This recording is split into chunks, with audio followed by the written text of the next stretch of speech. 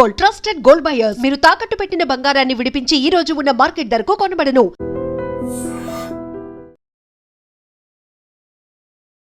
Hartley congratulations. Thank you. ఎలా ఉండబోతుంది అన్న స్ట్రాటజీ, ఎలక్షన్ స్ట్రాటజీ ఎలా ఉంది?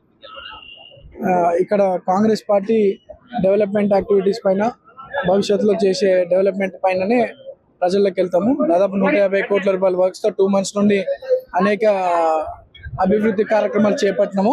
ప్రజల్లో చాలా పాజిటివ్ ఉంది కాంగ్రెస్ పైన. తప్పకుండా ప్రజలే కాంగ్రెస్ పార్టీని మంచి మెజార్టీతో గెలిపిస్తారు. ఇంకోటి వాళ్ళు ప్రచారం చేయడం జరుగుతుంది కదా, సానుభూతి ఓట్లు పడే అవకాశం ఉంది కదా, మాకంటే వాళ్ళు సానుభూతి మీద అడుగుతారు, మేము అభివృద్ధి భవిష్యత్తు గురించి అడుగుతాం.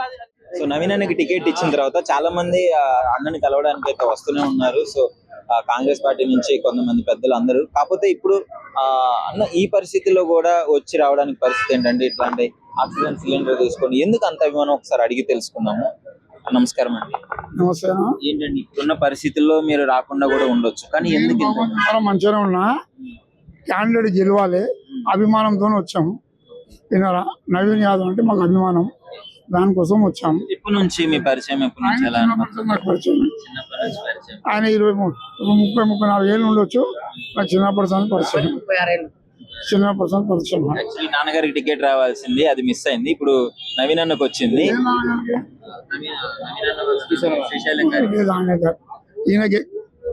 ఈయననే ట్రై చేసిండు, వాళ్ళ నాన్న ట్రై చేయలేదు. ఆయన నాన్న 20 ఏళ్ళ కింద ట్రై చేసిండు. వాళ్ళ నాన్న ఇప్పుడు అన్ని రాజకీయాలు ఉన్నాడు, ఈ పార్టీ ఆ పార్టీ అని లేదు వాళ్ళ నాన్నకు. ఇప్పుడు వాళ్ళ కొడుకు గెలవాలి, అదొకటే ఆయనకు, అంతే. ఆపోజిట్ లో మాగంటి గోపీనాథ్ గారు ఏం కాదన్నా, ఇగో సానుభూతి ఏం లేదు. ఇవాళ నువ్వు తినిపిస్తావు, తాగిపిస్తావు, తింటారు, తాగుతారు, సాయంత్రం వస్తాగల పక్కకు పోయి మర్చిపోతాడు. ఆ సానుభూతి ఏం లేదు. వాడు ఉన్నప్పుడు సానుభూతి, మనిషి పోతే ఏం పోడు, సానుభూతి లేదు, ఏం లేదు. నియోజకవర్గం అభివృద్ధి కావాలి, సానుభూతి కావాల్సింది నియోజకవర్గం అభివృద్ధి. సానుభూతితో నియోజకవర్గం అభివృద్ధి కావాలి, సానుభూతి అనేది బంద్ చేయదు. అర్థమైందా? సానుభూతి ఉంటూ ఉండొచ్చు. కాబట్టి నవీన్ యాదవ్ ఎప్పటి నుంచో రాజకీయాల్లో ఉన్నాడు, ప్రజలకు సేవ చేయాలనే ఉద్దేశంతో ఎప్పటి నుంచి 2009 ఆ టైం నుంచి ఉన్నాడు. ఆయన ప్రజలకు చేయాలని సంకల్పంతో ఉన్నాడు. కాబట్టి రేవంత్ రెడ్డి గారి అభిమానంతో ఇప్పుడు టికెట్ వచ్చింది. సాయి శక్తులు మేము అదే అభిమానంతో ఇక్కడికి వచ్చాం. ఈ పరిస్థితుల్లో కూడా ఆయన గెలుపుకి మా వంతు ప్రయత్నం మేము చేస్తాం.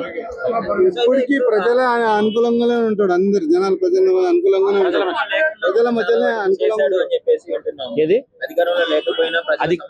ఆయన స్టూడెంట్ లైఫ్ నుంచి నవయవ నిర్మాణ సంస్థను పెట్టి ప్రజలకి, విద్యార్థులకి అందరికీ కూడా చాలా కార్యక్రమాలు చేశాడు. చదువు విషయంలో కానీ, పెళ్లిళ్ళ విషయంలో కానీ, శ్రీమంతాల విషయంలో అన్ని చేసుకుంటానే వచ్చాడు. అదే రాజకీయం ఉన్నా లేకపోతే అదే ప్రస్థానంతో ఉన్నాడు ఆయన. ఈ రోజు రేవంత్ రెడ్డి గారి సహకారంతో, కాంగ్రెస్ పార్టీ అభిమానంతో ఆయనకి టికెట్ వచ్చింది. ఆ గెలుపు మేము అందరూ ప్రయత్నం చేస్తున్నాం. నమస్కారం. నమస్తే. నవీన్ అన్నకి టికెట్ ఇచ్చినారు, సో అందరూ హ్యాపీ. ఫస్ట్ ఎలా ఉండబోతుంది ఎలక్షన్ స్ట్రాటజీ? అసలు ఇన్ని రోజులు ఈ నియోజకవర్గంలో జరుగుతున్న ఎలక్షన్ చూసినామండి. గత 30 సంవత్సరాల నుంచి మేము రాజకీయాలలో ఉన్నాము. 30 సంవత్సరాల రాజకీయాలలో మాకు ఎప్పుడు లోకల్ మనిషి ఎప్పుడు రాలేదు. అందరు బయట వాళ్ళు వచ్చారు. ఆ బయట వాళ్ళు వచ్చినా కూడా వాళ్ళ దగ్గరికి పోవాలి. మేము మా ఇంట్రడక్షన్ చాలా ఇబ్బంది అవుతుండే. ఎందుకంటే లోకల్లో అన్ని బస్తీలు, కాలనీలలో, సమస్యలలో ఏది ఉన్నా కూడా రాజకీయంగా కానీ అందరికీ మంచి చెడుకు సిసలమని ఉండే. ఆయన ఉన్న ఎలిగేషన్స్ అన్ని తప్పుడు ప్రచారాలు. ఆయన మంచి చేసేవి చాలా ఉన్నాయి, చెడు తొందరగా ప్రచారం అయినట్లు చెడు కొంతమంది పడనోళ్ళు చేస్తారు. ఆ విధంగా రాజకీయాలలో ఆయన చిన్నప్పటి నుంచి చాలా మందిని చూసుకుంటూ వస్తున్నాము. అన్నా అంటే మేము ఉన్నా అని చెప్పి కష్టం సుఖం అన్నిటికి వచ్చినాడు. కాబట్టి మాకు అందరికీ ఈరోజు మేము కూడా రాజకీయాల్లో పార్టీలలో తిరిగినాము. ఇప్పుడు మనం రాజకీయాలు పార్టీలు పక్కన పెట్టి మా లోకల్ క్యాండిడేట్కు శ్రీశైలం అన్నకు ఇంట్లో టికెట్ వచ్చిందంటే, నవీన్ యాదవ్ వయసు కుర్రాడు, మంచి అవగాహన ఉన్నాడు, మంచి ఆర్కిటెక్ట్, అంటే ఆయన హై క్వాలిఫైడ్ ఎడ్యుకేటెడ్, ప్లస్ బస్తీలో, స్లమ్లో, కాలనీలో అందరినీ ఇక్కడ ప్రాంతీయవాతంగా చూసినా కానీ, నాన్ లోకల్ చూసినా కానీ అందరినీ కలుపుకోబోతున్నాడు. ఆ గుణం వచ్చింది శ్రీశైలమన్న నుంచే. శ్రీశైలమన్న వారసత్వాన్ని నిలబెట్టే నవీన్కు ఉన్న సత్తా వేరే వాళ్ళకి లేదు. ఇంకోటి, నవీన్ యాదవ్ ఉన్న క్వాలిఫైడ్ ఈ నియోజకవర్గం చాలా అవసరం.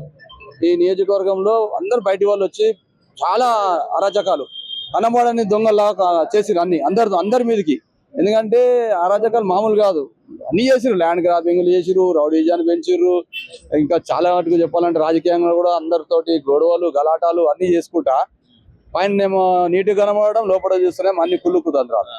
ఆ విధంగా రాజకీయాలు చేసుకుంటూ పోయారు. వాళ్ళు అందరు నాన్ లోకల్ కాబట్టి, ఇక్కడ లోకల్ గా ఇచ్చింది కాబట్టి అందరికి ఒకటి ఏమొచ్చిందంటే ఇంట్రెస్ట్, మనవాడు లోకల్, అందరిని చూసినవాడు, అందరు తెలిసినవాడు, మా అందరి జనాలకేమో తెలిసిన వాడు అయిపోయాడు, వాళ్ళకేమో అన్ని చూసిన వాళ్ళు అన్ని తెలిసిన వాటి అవగాహన ఉంది. కాబట్టి ఈ అవగాహన, ఈ అన్ని ఎక్స్పీరియన్స్ అన్ని కలిసి చూస్తే నవీన్ యాదవ్ కంపల్సరీ నియోజకవర్గానికి అవసరము.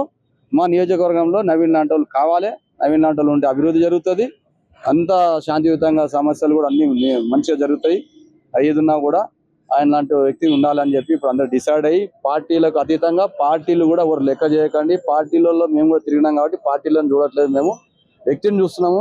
ఎందుకంటే అన్ని పార్టీలు చూసినాం, చూసి చూసి చూసి చాలా అయిపోయింది. ఎందుకంటే వాళ్ళు వచ్చే ముందు ఒక రకంగా ఉంటున్నారు, వచ్చిన తర్వాత ఒక రకంగా ఉంటున్నారు.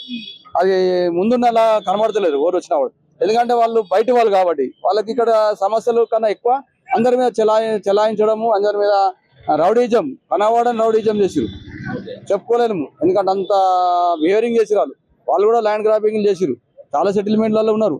కొందరు ఏంటంటే తొత్తులుగా మారి వాళ్ళ జీవితాలు బాగు కోసము కొంచెం ఉపయోగించుకున్న వాళ్ళు వాడుకున్నారు. కాబట్టి అలాంటి వాళ్ళు పోయి దేవుడే చూసుకున్నారు, పోయిరు. ఇప్పుడు మంచి నాయకత్వం, మంచి లీడర్షిప్. అపోజిషన్ పార్టీ నాయకులు చేసే ప్రచారాల గురించి నవీనానికి ఏమైనా ఎఫెక్ట్ అయ్యే అవకాశం ఉందంటారా? దేనికి ఎఫెక్ట్ అవుతుంది? ఏం ప్రచారాలు చేస్తారు? అందరు చేస్తారు, ఎవరే కానీ. ఇంకోటి అతి ముఖ్యంగా చెప్పింది ఏంటంటే, నిజంగా చెప్పాలంటే బీసీ రిజర్వేషన్ కాంగ్రెస్ ప్రభుత్వాన్ని మెచ్చుకోవడం ఏంటంటే, బీసీ రిజర్వేషన్ ని ఉదాహరణకు ఇదే నిదర్శనంగా ఈ నియోజకవర్గం బీసీకి ఇచ్చినందుకు చాలా సంతోషపడుతుంది. కేటీఆర్ గారు ఏమంటారు, ఇప్పుడు కావాలని బీసీ వాదాన్ని వాడుకొని ఓట్లు సంపాదించడానికి ప్రయత్నిస్తున్నారు, అది ఆమోదు అవ్వదు అని చెప్పేసి మేము మొదటి నుంచి చెప్తూనే ఉన్నాం అని చెప్పేసి ఆయన మాట్లాడడం జరుగుతుంది. అట్లా అంటే వాళ్ళు కూడా ఆలోచించేది ఉండే బీసీ రిజర్వేషన్ గురించి. బీసీ రిజర్వేషన్ ఆమోదం ఎందుకు చెప్పట్లేరు? వాళ్ళు మేము ఉన్నామని చెప్పి ఎందుకు ప్రకటన చేస్తలేరు? ఎందుకు చేస్తలేరు ప్రకటన? అంటే వాళ్ళు కూడా చేయాలి కదా. బీసీ రిజర్వేషన్ మేము కూడా ఆమోదంగా ఉన్నాము, మేము సానుకూలంగా ఉన్నాము అని వాళ్ళని కూడా రమ్మనండి బీసీ రిజర్వేషన్ చెప్పడానికి. ఎందుకు చెప్పట్లేరు? మళ్ళీ ఇప్పుడు వీళ్ళు చెప్తున్నారు కదా, ఓపెన్ గా వచ్చారు కదా, ఢిల్లీలో కూడా ధర్నా చేశారు కదా బీసీ రిజర్వేషన్ కోసం. మళ్ళీ బీసీ రిజర్వేషన్ కోసం ఉదాహరణకి ఇప్పుడు మా నియోజకవర్గం బీసీ రిజర్వేషన్ కిందనే నవీన్ యాదవ్కి ఇచ్చారు కదా. అంటే మేము బీసీలో బడుగు బలైన వర్గాలు, వెనుకబడిన తరగతులు ముందుకు రావద్దా? ముందుకు రావడానికి ఇది కూడా ఇదొక నిదర్శనంగా మాకు. అందుకే మేము కూడా అన్ని పార్టీలు, రాజకీయాలు పక్కన పెట్టే నవీన్ చేయాలని డిసైడ్ అవుతుంది. నిజంగా ప్రస్తుతం ఉన్నటువంటి సమాజం దేనికి ప్రయారిటీ ఇస్తుంది?